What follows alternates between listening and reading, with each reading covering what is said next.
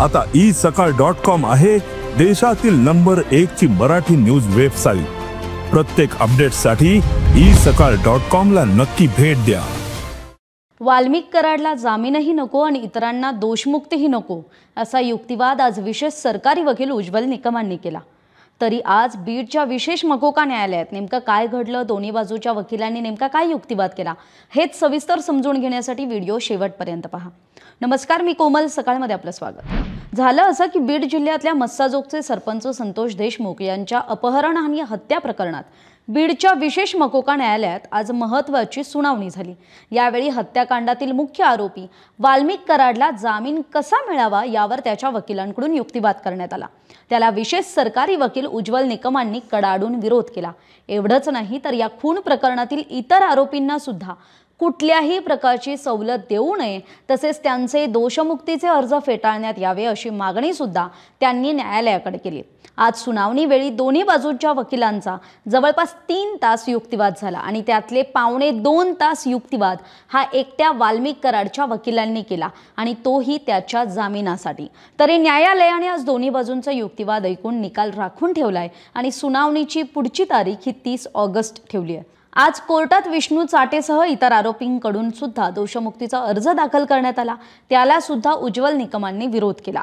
माहितीसाठी सांगते की या आधीच्या सुनावणीत कोर्टानं या हत्याकांडाचा मास्टरमाइंड असलेल्या वाल्मिक कराडचा दोषमुक्तीचा अर्ज फेटाळून लावलाय। त्यानंतर त्याच्याकडून जामिनासाठी अर्ज दाखल करण्यात आला। त्यामुळे आता त्यावर सुद्धा पुढच्या तारखेला म्हणजे 30 ऑगस्टला सुनावणी होणार आहे।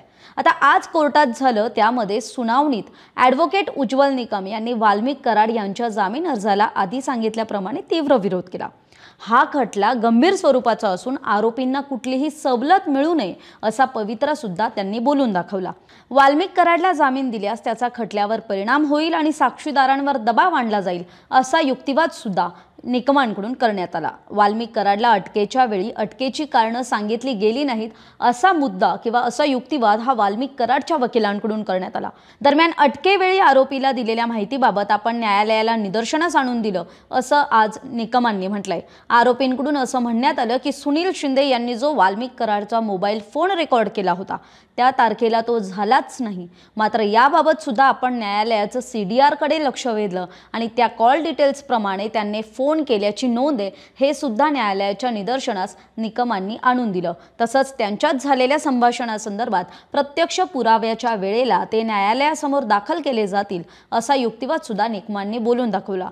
तरी विष्णू चाटेंविरोधात जो खंडणीचा गुन्हा दाखल होता त्यामुळे त्याच्यावर गुन्हा नाही हे म्हणण्यास अर्थ नाही। मकोकाच्या तरतुदी या गुन्ह्याला लागत असतात, आरोपीला लागत नसतात असा युक्तिवाद सुद्धा आज उज्ज्वल निकमांकडून करण्यात आला। याशिवाय विष्णू चाटे याची गुन्हेगारी पार्श्वभूमी असल्याचं सुद्धा निकमांनी न्यायालयाच्या निदर्शनास आणून दिलं।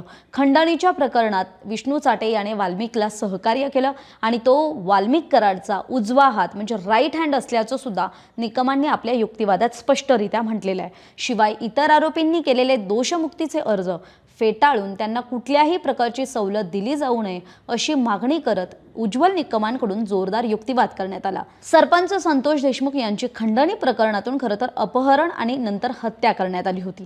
या प्रकरणात वाल्मिक कराडसह 8 आरोपींवर मकोका अंतर्गत गुन्हा दाखल करण्यात आलाय आणि त्यातील एक आरोपी वगळता म्हणजे कृष्णा आंधळे वगळता इतर आरोपींना अटक करण्यात आलाय आणि बीडच्या विशेष मकोका न्यायालयात या खटल्यावर सुनावणी सुरू आहे। यापूर्वीच न्यायालयानं वाल्मिक कराडचा दोषमुक्तीचा अर्ज फेटाळलाय आणि यानंतर त्याने वकिलांमार्फत जामिनासाठी अर्ज दाखल केला, ज्यावर खरं तर आज सुनावणी पार पडली।